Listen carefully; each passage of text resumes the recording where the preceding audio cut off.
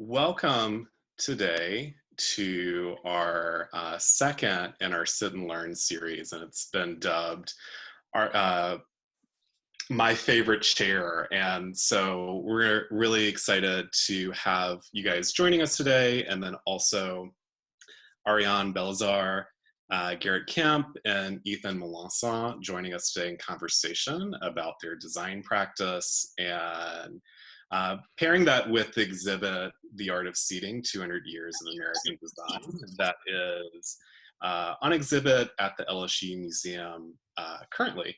I'm Grant Benoit. I'm the Educator and Public Programs Manager at the museum, and we'll get started in just a second, but I wanted to just point out a couple of housekeeping notes before we get into the conversation. If you have any questions, comments, curiosities, things that you want to share, feel free to use the comment and the chat function. When we get to the end, we can have people unmute and ask questions to our participants. You just need to use your hand raise function and we will get to you. We'll be dropping different links or information in the chat, so kind of keep a watch for that. And if you do need to use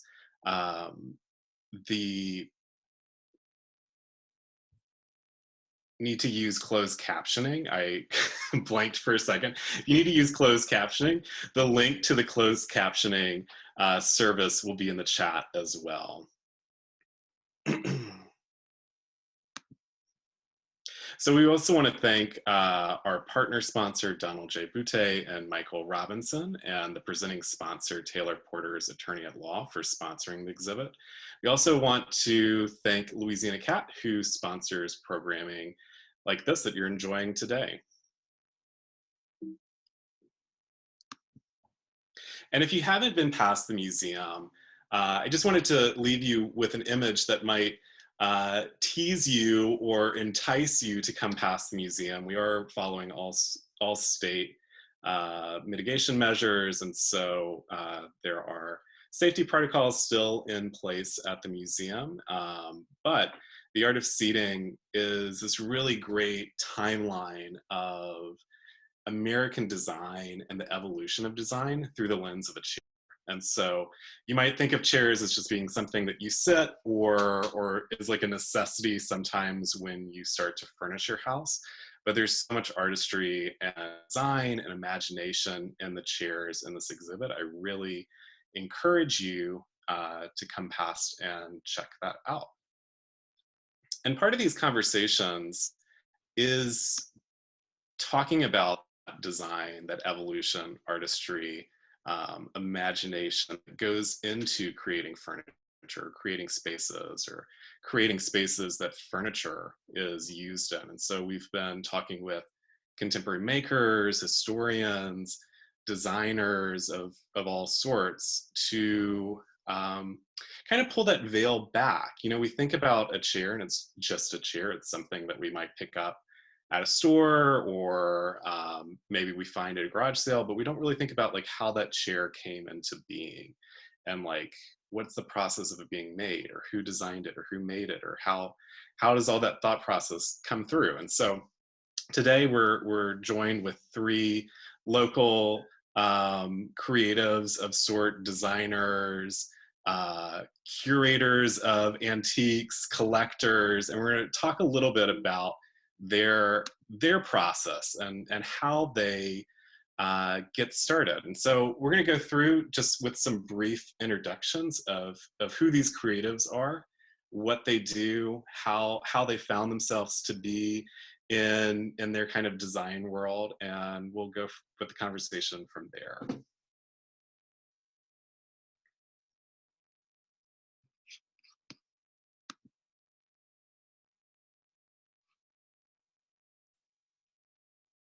Hi, Arianne. Hi. You want to talk a little bit about yourself? Sure.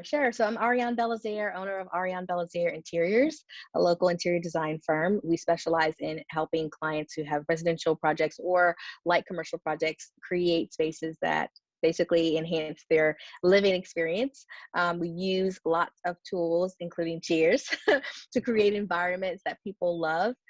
My journey to design is actually one that was a little bit off the beaten path. This is my second career. My first um, thought in life was that I was going to be doing a lot of work in corporate America in the communications field. And so I spent 10 years doing public relations and event planning and community relations and that kind of thing. And then my husband's job relocated us to Texas. And in that pause, I found the space to really start to lean into this latent passion that I had for design, which has always been there as I look back. It's always kind of been a thread throughout my life. So now I get to do that thing that I was always kind of doing as a hobby as my everyday passion. And I'm grateful to be able to use the tools that I have and the skills that I have to create spaces for people like most of you. Great. There was you have on your social media a little in the bio part talking about eliminating the overwhelm and Yeah. so that clients can enjoy the design process. And I really liked that idea because I think you are really active on social media as well. I've tuned into a couple of your little you do those Instagram lives, Yep. and it becomes like a really, I think for, and we'll talk a little bit about this later, but sometimes I feel like maybe people don't know where to get started when with Yeah. like interior designer or in that whole realm, and that might not feel accessible to everyone. But Right.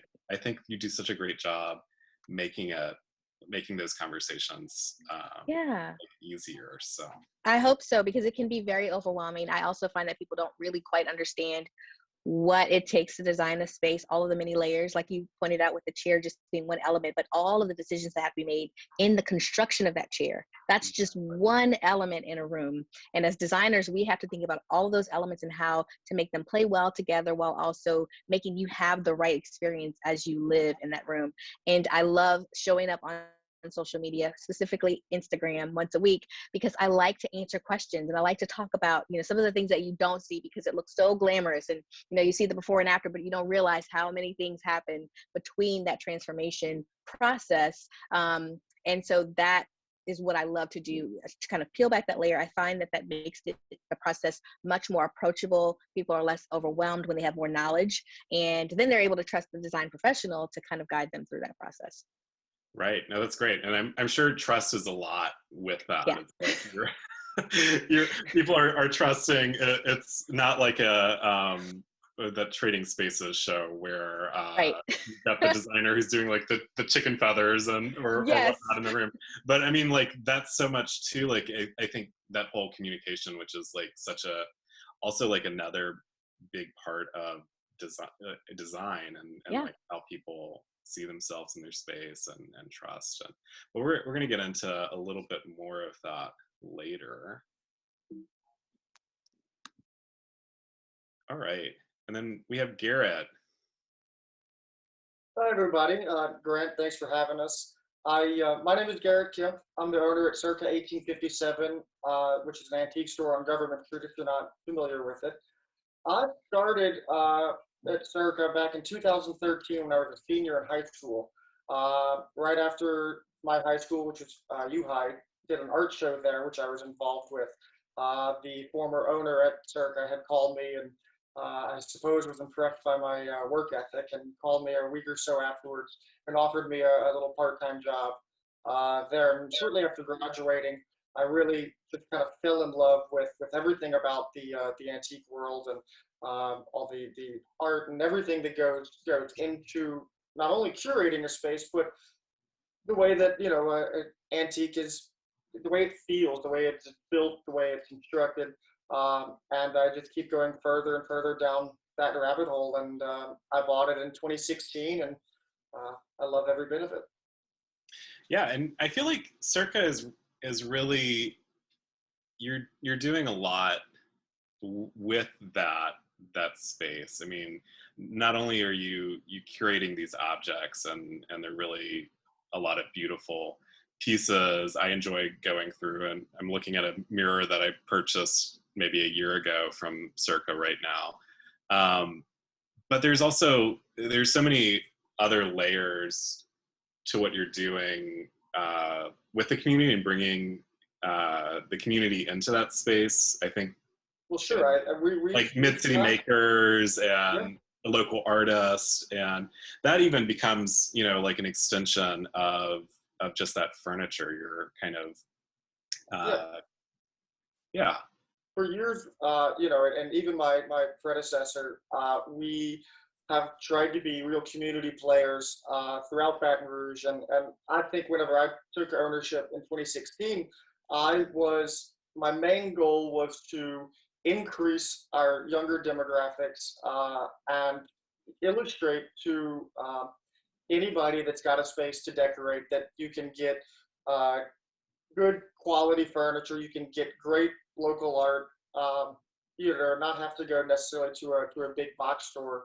And I think what certainly helped us is curating our, dare I say, exhibits that are our booth spaces that not only have the maximalist to take full advantage of all the space that we're paying for, but to also illustrate it or to show it well, and so that somebody can recognize how to use it, right? Kind of think outside the box sometimes and use something that otherwise, you know, might have been a thread bobbin, and now we can use it as a candle stand or something like that.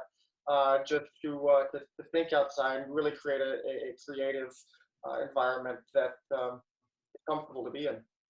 Yeah, I think it is really true. And we were talking a little bit about photography and how you use that with social media. I'm looking at this photo with the armoire and the like secretary desk, and like none of those things should, like, probably you would think to like put together next to like the those wall or like the cypress, you know, and like that, but it all works. And so like it's really exciting. Not only are you like sourcing really interesting things, but you're creating those kind of like pockets for, it's educational in a way. It helps people, like you said, envision it in their space, even if they don't have everything in this like one like little room or niche. They can kind of start to envision how those pieces relate to I think other it's a things. great way to kind of look at a space and say, well, this piece doesn't necessarily, you know, it's not a matching item, you know, to the rest of your style, but you can merge multiple styles into one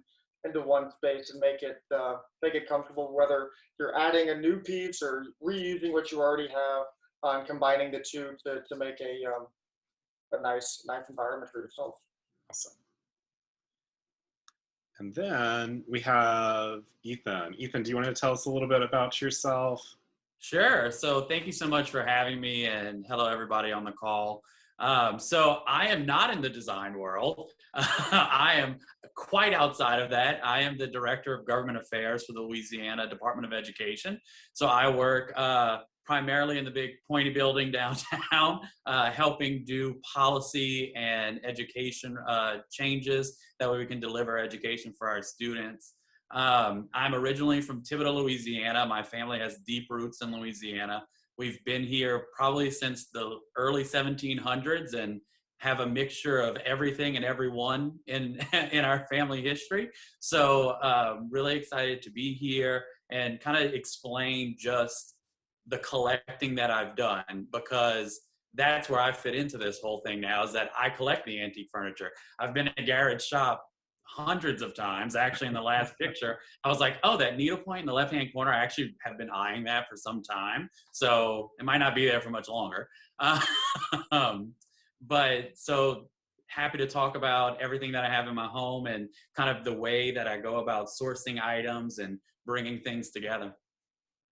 Yeah, no, that's exciting. I met Ethan through his partner, who is our yoga instructor, and I think Josh had posted, you know, a picture of something that Ethan had like lugged home from Circa or someplace else. I was like, oh my God, I love this corner of this room, because there is like so many levels. I think you have, you know, interest in like really like classical forms, but then you're bringing in maybe like some more contemporary art or folk art, or like love pheasants. And there's just like a really wonderful, like eclectic layering of pieces, and I think in the details of like your Spanish townhouse as well. And so I think it's exciting to hear, even if you're not in that same sort of design world, you're doing it in your own way. And I think that's exciting for people to see who maybe don't have like an interior design background, but have interest in like history or interest in antiques, and they can kind of it's live definitely through, it's definitely the interest in history. I've always been a really big student of history. My mom and my godfather all kind of have lugged me to all these different historical places, Acadian and Creole houses, Hayes Town, all the different influences that kind of feed into my personal style now. I will say, poor Josh has to put up with me coming home with random stuffed birds and God knows what kind of antique glass pitcher bowl that I found for whatever price that it was. But he does a good job putting up with me with those things. And every now and then I'll let him buy something that he wants to put in our house. Well, that's something that I wanted to talk about a little bit later, because I think that's like becomes like such a question. You always see it like in cartoons or movies, and like the husband likes brutalist modern, and the wife's like French pastoral, like, and like how do those things kind of collide and cohabitate in a space. But I think we're going to start with that first idea of how where do you find creativity in your daily life, or like in your design work? Where does that kind of like creativity and innovation like happen? And it could be like in the work that you do, like as a career, like through interior design or through the store. Even like Ethan, like where does design and creativity come into education and advocacy as well? But that's kind of like our first little topic. If anybody wants to start off, feel free to unmute. I think that for me, at least, the beginnings of a creative journey are just through. I mean, I'm constantly absorbing it everywhere. If I'm watching a movie, I'm looking at the set, and I'm looking at, my fiance can tell you that there are times when I'll look at a beautiful door, and it's like I'm eyeballing the hinges on the door, just to recognize, that style, and kind of, looking at magazines, and I'm constantly picking up ideas and thinking, okay, well, I saw a piece like that. Let me stage it this way. Or I haven't thought about using this staging technique that I saw in a magazine, or and so it's constantly kind of replicating, I think, what I see around me in other people's houses and clients' houses, and that's where it begins for me, at least. Yeah, and I'll piggyback off of that. For me, it's kind of the same thing. It's where I'm at. It's my surroundings.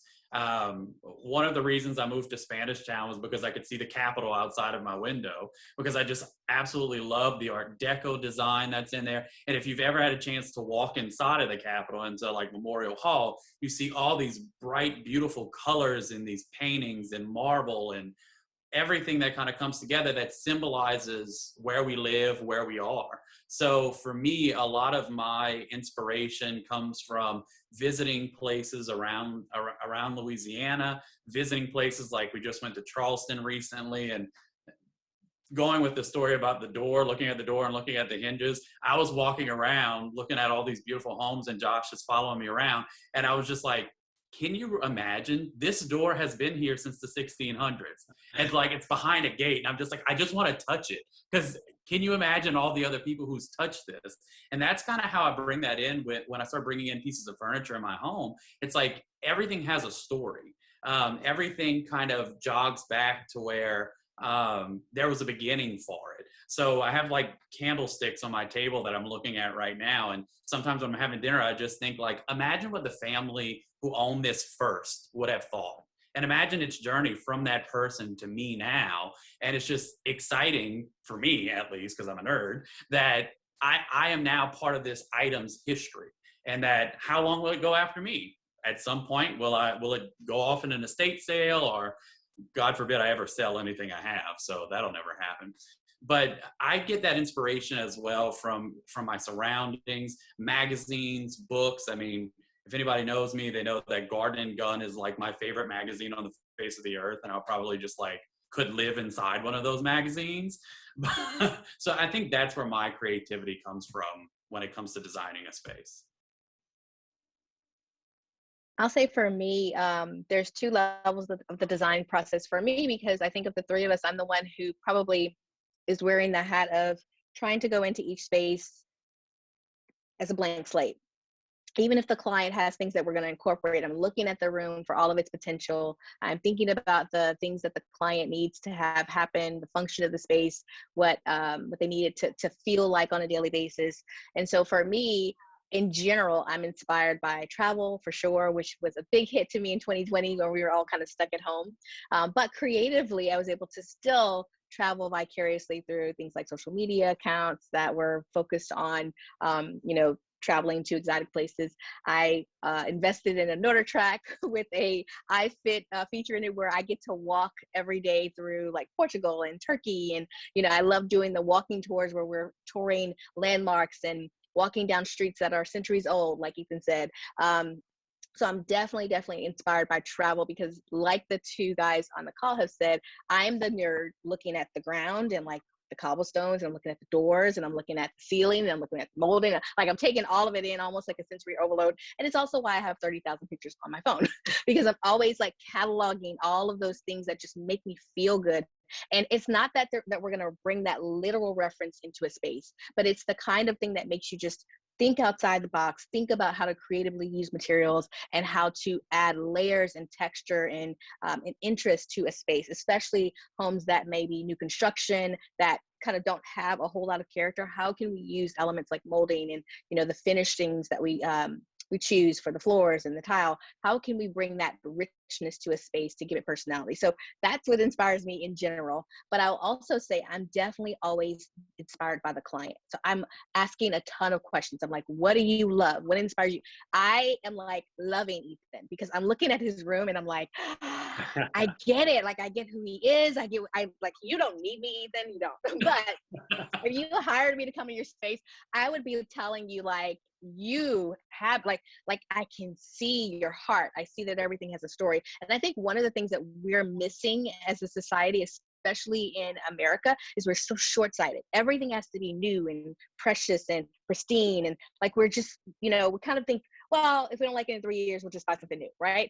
But very few of us have the thought process that Ethan and Garrett have, which is, this is one iteration in this thing's story, right? I'm not where it ends. It's going to possibly be passed down, or it's going to be given to someone else, or sold in an estate sale. And that perspective means that you're looking for things that might be at the middle of their journey, which is where some of that interest comes into a space with an antique or vintage product. Or maybe it's the beginning, but you have to purchase well and invest in something that's really well made, because you're the beginning of that item story and you're not the end. Or you're at the end. Maybe it's something that's a relic that you just have to be really careful with how you handle, but where it is on that timeline. That perspective is what makes those spaces that you love, the spaces that you pin, the spaces that you circle or dog ear in magazines.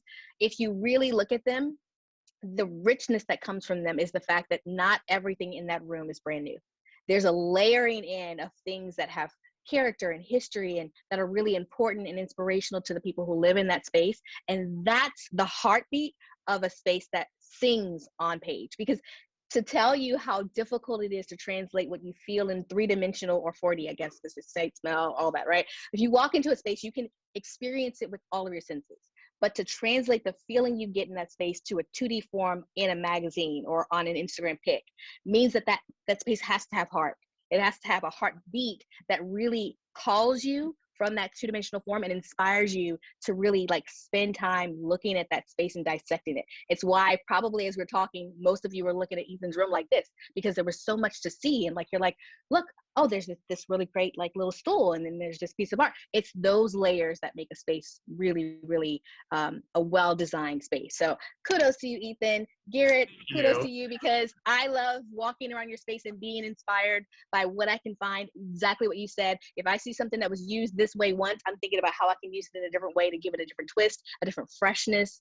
So, you know, both of you, I think, are perfect examples of what I'm trying to do in a space that I create for my clients. That's great. Well, and this kind of follows into kind of the next question, and the title of this talk, like my favorite chair.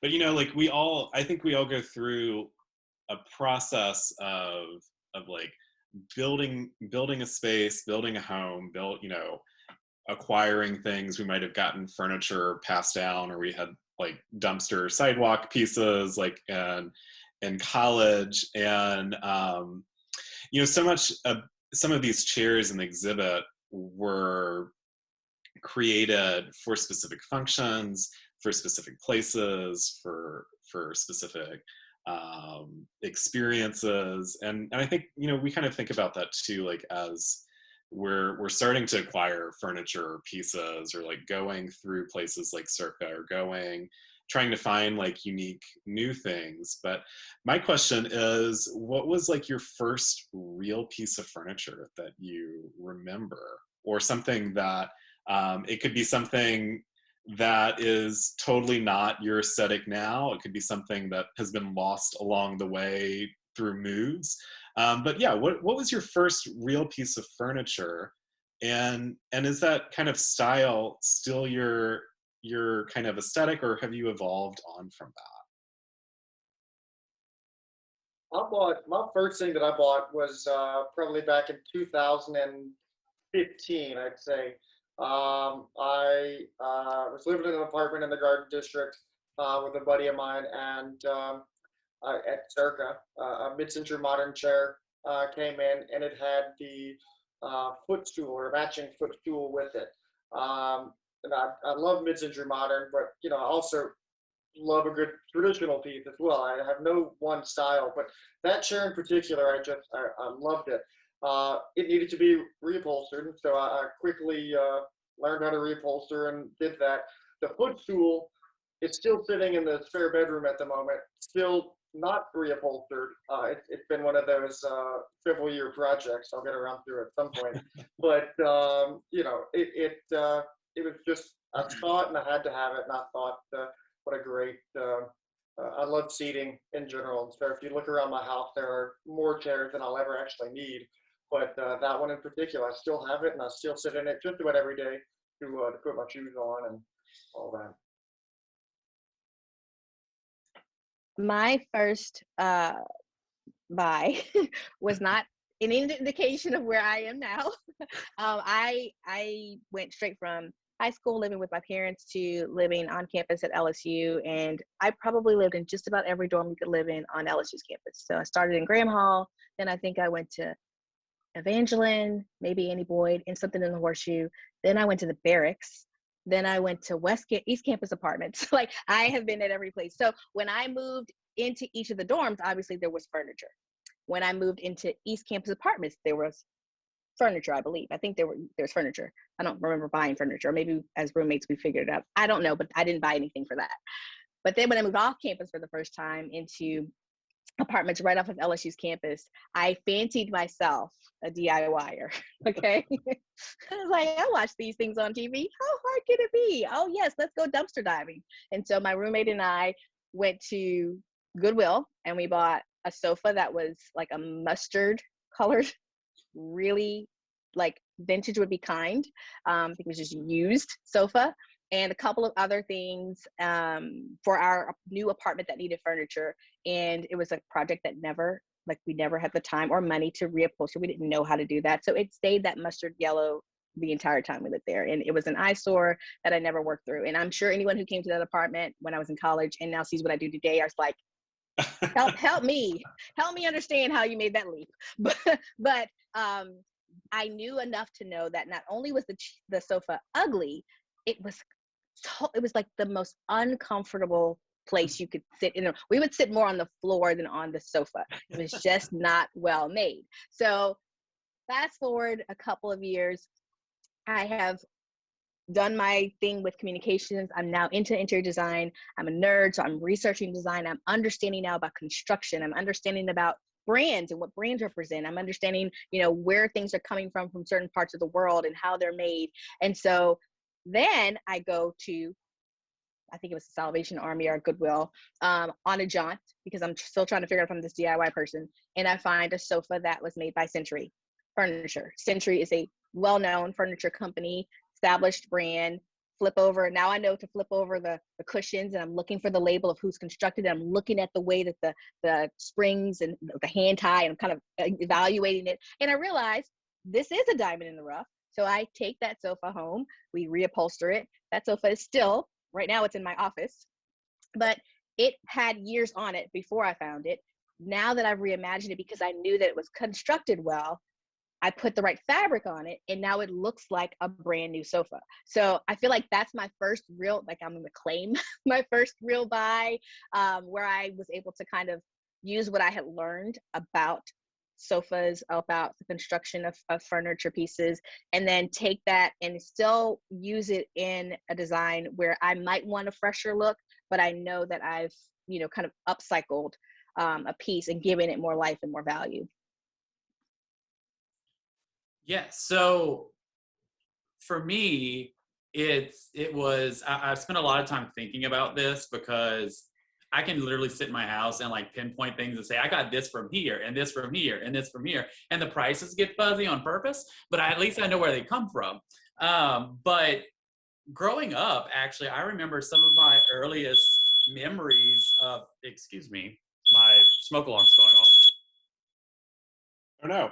Well, I think this is a really, I think it's a really interesting question, because I think everyone has some sort of association with like furniture and like memories that happen with it, like Arianne's like Goodwill sofa, but that's like such a, I mean, it's something beyond just like, oh, I picked this up someplace. There's like a story and history, and even though the history of it maybe like wasn't great, but it does provide some sort of like fond memory, or reminds you of certain people or specific points or times or places in your life. I think, has Ethan disabled his smoke I don't know alarm? why it was going off. It was so weird. It's what happens when you live in an old house, I guess. So sorry about that. Back to what I was saying. I remember when I was probably 7, 8 years old, there was always 2 pieces of furniture that stuck out to me in my childhood. One was this old chifforobe that a past family member made in the 30s, 20s, or 30s, that my mom used to keep our baby clothes in. So like, I was the firstborn, so I remember my brother and sister, like each time one was born, my mom would keep our clothes in there. And then it got to a point where it wasn't being used anymore. And so I actually repurposed it for my bar. So in that picture we saw, that was passed down to me. So a lot of my furniture that I have has actually come from family members.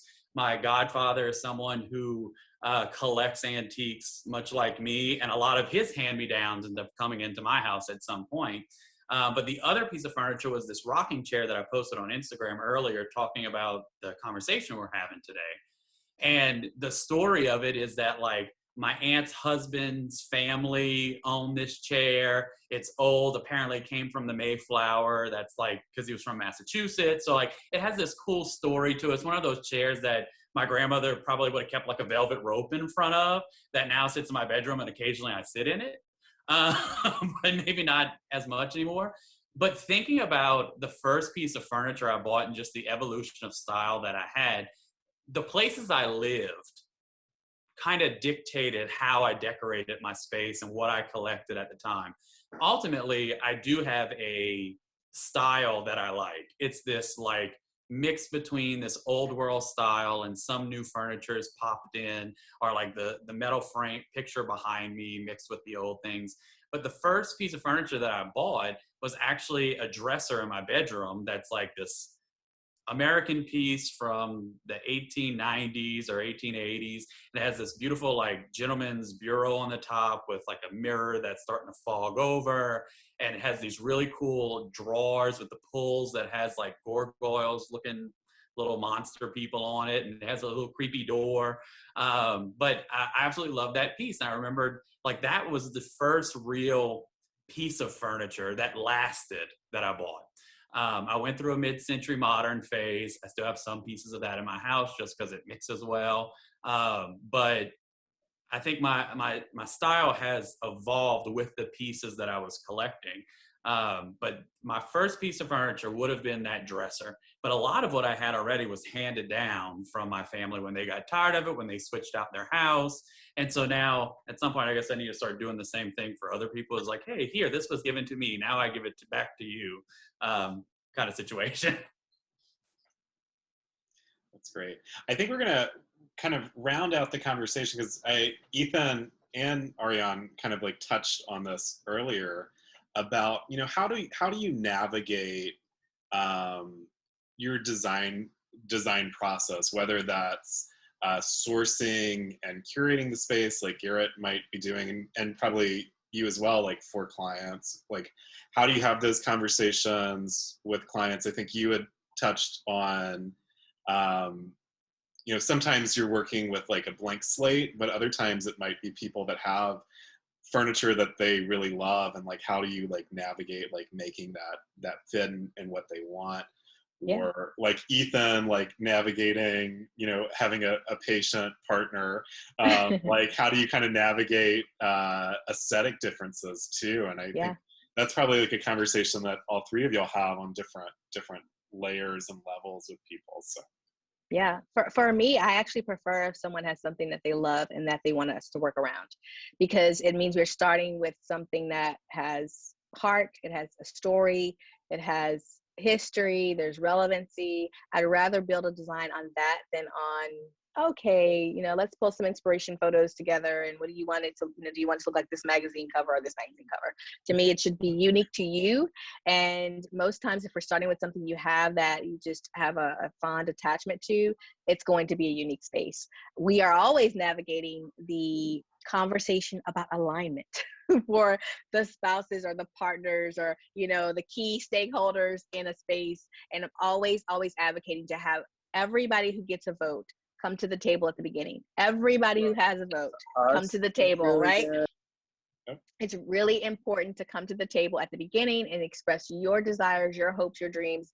If we can get that information at the beginning, it's going to be okay because we can work that in, and we can, when you walk into your space, you know, at the final reveal, we can show you how there's a little bit of you here and a little bit of you here. And, you know, just we were thoughtful about our decisions. If you don't come to the table, then you try to offer that later, that's when it becomes a challenge, because now we're like, you know, we're missing a voice, an important voice in the design of the space. And it's a little bit lopsided because we weren't able to get that person's input. So things that they have already help us. Things that if they don't have them, but there's an inspiration, like my favorite restaurant is, my favorite hotel is, my favorite city is. I'm always asking a ton of questions about what inspires you, what moves you, because maybe we can bring that into your home. Maybe you've never been to South Africa, but you love it. And maybe there's some ways we can reference it in your space. Maybe you love, you know, Santorini, and you're like, I just think that whole aesthetic is really cool. The buildings and the colors and how light and bright it is. We can maybe bring some of that into your space. It has to start, I think, with a heartbeat and a story. And then that's how we build the design around it. And we're always looking for the right elements, whether it's going to Garrett's shop and looking around for just maybe even something this big that we can bring into the space, right, to help tell that story, or, you know, sourcing items that are from manufacturers that we know are going to produce quality products, but maybe even have a collection that is an inspiration of, you know, antique lines, or inspiration, you know, based on a place that they've traveled. That's how we bring our knowledge and our resources to our clients to help them get the best look and the best room as a result of all of that. my general philosophy, at least is if I like it, I'm gonna buy it. If I like what I see, or if I'm walking past something at an auction, or wherever it might be, if I like it, I'm gonna get it, and I'll worry about squeezing it in as soon as I get it home. It might mean redoing the whole space, or I don't know if you can see my sort of gallery wall behind me. But those get changed out periodically. Just as soon as I buy a new piece, it's like, okay, I want this on display so I can enjoy it. And it is a conversation piece, kind of what Arianne was talking about. That when somebody comes in, I can't have, that this at least small conversation about any piece that I have in my house, where I was, whether or not I've been locally or whether or not I was in a different country. But like I said, I've personally got no rhyme or reason, and that's generally my advice to any of our clients. Just in particular, just whatever, get what makes you happy, and then you can get some advice or get some opinions on placing it efficiently and squeezing it in with what you already have. Do you so when you're sourcing, and not to reveal like your secrets, but are you sourcing usually like in Louisiana, or do you are there places that you like know that there are auctions or larger? Yeah, so I go mostly to various auctions. Primarily, unfortunately, there's not a whole lot in Louisiana at the moment, or at least in southern Louisiana, that has a lot of good antique auctions, that I've found. And there's a couple in New Orleans that are fantastic, but mostly in Texas at the moment. I find there might be a larger audience for.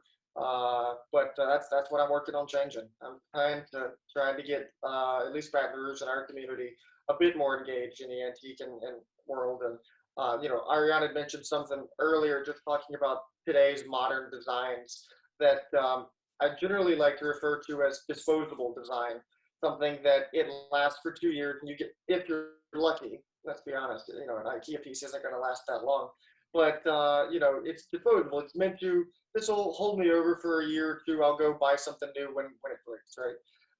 Whereas I have this idea that I'm going to continue to buy antiques and older pieces that you don't have to replace. I mean, it's lasted from 1850 to 2021. With proper care and maintenance, it's going to last you. It has lasted this long, and it will continue to last. I think that's honestly mainly why I like antiques so much, is that it's durable and it has that story. I think kind of going back to your question, just anything that makes a client happy, and they have the sense of pride of owning it, then they should absolutely get it and display it in a way that they're comfortable with. Yeah, I really agree with that, Garrett, because I like to think of antiques as being like eco-friendly, because it certainly is the most eco-friendly. I mean, you have no production costs. It's recycling. Sure. Right, exactly. The original recycling, I would say. Exactly. And I like to think of like the pieces that I buy are investments in, because they're only going to get, the older they get, the more expensive they're going to get if they're quality pieces, because when you resell them again, they always have this kind of cycle that goes with them. But going back to your question about kind of like how do you work it when you're in a relationship, like your styles, things like that. I'm really lucky because Josh is a little more, oh, Ethan, do whatever you want kind of feel. But whenever I get to that point where if I have, let's say, too many hurricane globes, because I have like 100 of them right now, he's like, okay, maybe we should pull back, or we'll go to like an antique store. We went to Showroom Antiques in Woodville, Mississippi, which has a great selection of items if you ever need anything. And here I am like buying these old Paris porcelain vases, and Josh comes up to me with this like little folk art carved lion, and he's like, can I get this? And I'm like, sure, you can have that. So every now and then I let him throw one. But what's also really good is that Josh and I are a lot alike when it comes to the things we like, the places we like going. So our styles really do mesh. He really enjoys kind of that country meets city meets antique-ish kind of look, that old world feel. I just made up that style. So if anybody wants to trademark that, I see Arianne, don't use this. Um, but we have, we really kind of have the same style going. Some of the pieces he brought in when we moved in together fit perfectly with what I already had. So it kind of like works seamlessly. But there are times where you kind of have to have that discussion and kind of have to understand, like, okay, you're taking our house to like an 1850s house. I like it to stay in like the 1900s so we can actually lay on our sofa, because I mean, Empire sofas look wonderful, but they're not comfortable to watch a movie on. So you kind of always have to have that balance. When it comes to sourcing my items, I mean, I am a frequent flyer at Garrett's store and at the Pink Elephant. My mom calls me an antique snob because I like to go to the antique stores that don't have various items from garage sales. I'm sorry, but if you have a Dora the Explorer doll in your shop, it is not an antique store. But in those shops is where you sometimes can find the diamond in the rough. Because we went to North Carolina to visit my sister in New Bern, and we walked in this store that I was like, I'm not going to find anything in here, but my mom likes to buy stuff and paint it, chalk paint stuff. She's one of those people. So she wanted to go check it out. Well, I found a hurricane globe, the one that's actually behind me in the shot right now, but it's an antique hurricane globe, has a wide base with a band on it, like hand blown. Got it for $25. So it's like sometimes it's worth going to those side of the road places because you're going to find it. So don't be like me and be a snob when it comes to antique stores. But my sourcing comes from like local antique stores. When we went to Charleston, I stop in some shops. I'm not one of those like MS Rao high-end antique shoppers because ain't nobody got time or money for that. But it is fun to look and to get ideas from those things. But most of my sourcing comes from local shops. Like I said, the Pink Elephant gets my money quite often, so does Garrett's shop. That's great. Now, which I appreciate. Yeah. I love it. I think we're gonna see if anyone has any questions for any of our participants. So this is a chance if you want to make any kind of comments or questions for folks. Can definitely utilize the hand raise function, or if you've added anything into the chat, try and take a look to see. Sarah, does it look like we have anything in the chat? Yeah, Jeffrey added an image of his first wood stool that people can check out. There's a JPEG in the chat. Oh, nice.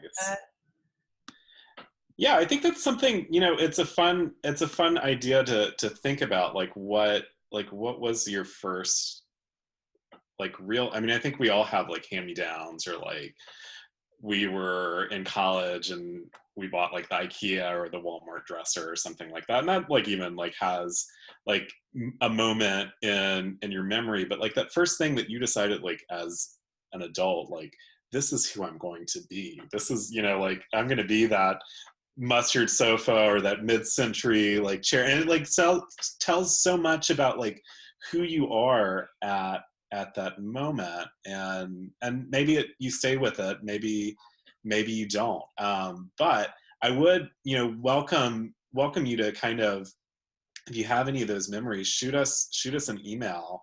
We'd love to hear about like your first piece of furniture, and maybe we might share some things with that.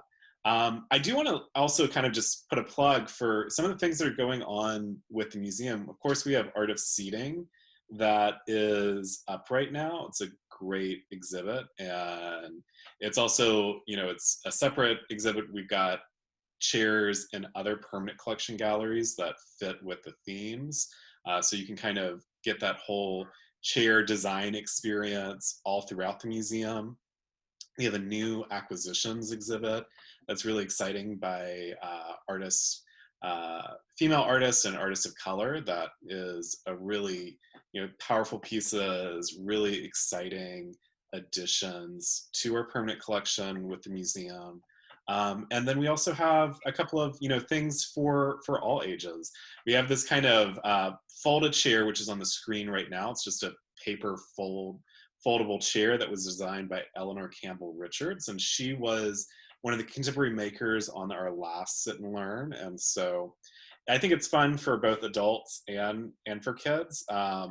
The closer look and reading is more situated for kids, or like a family talk, but it gives some fun kind of design vocabulary for them to use, things to think about with pattern and design.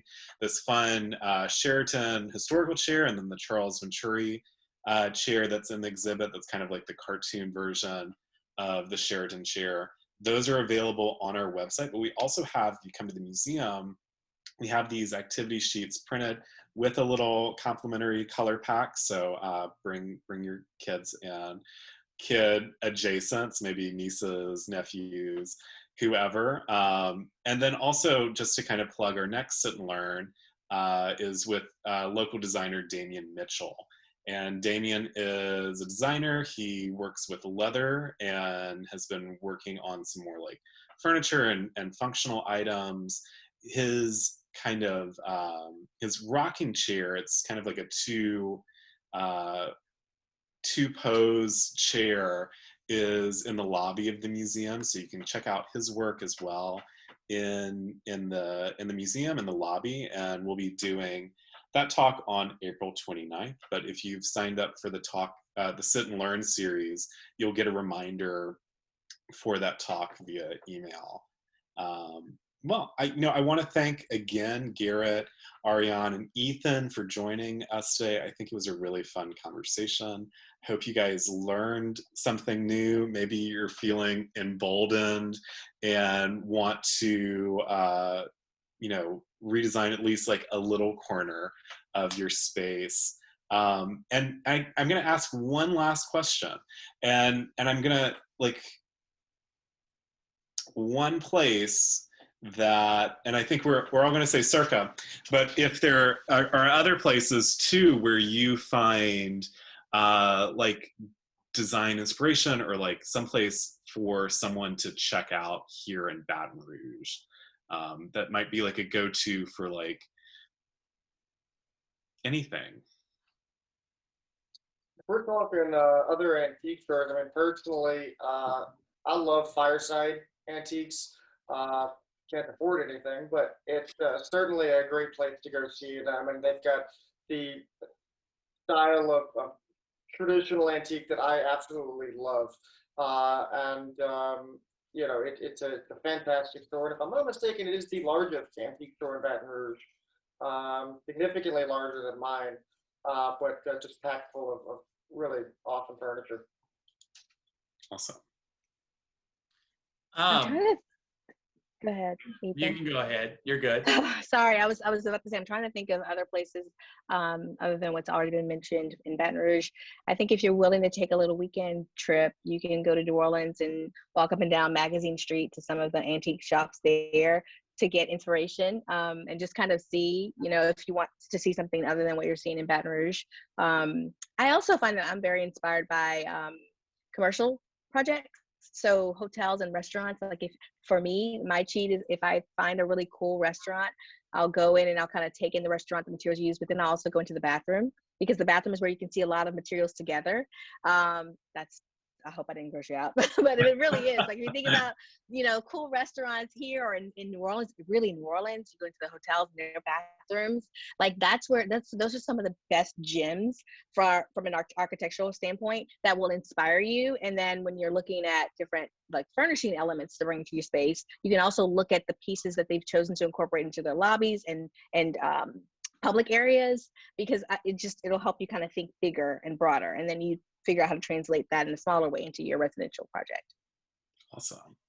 Yeah, that's actually, I was going to mention that, going to hotels and restaurants, because if you venture just outside of Baton Rouge into like New Orleans, like one of my very first design inspirations was the Ace Hotel's lobby.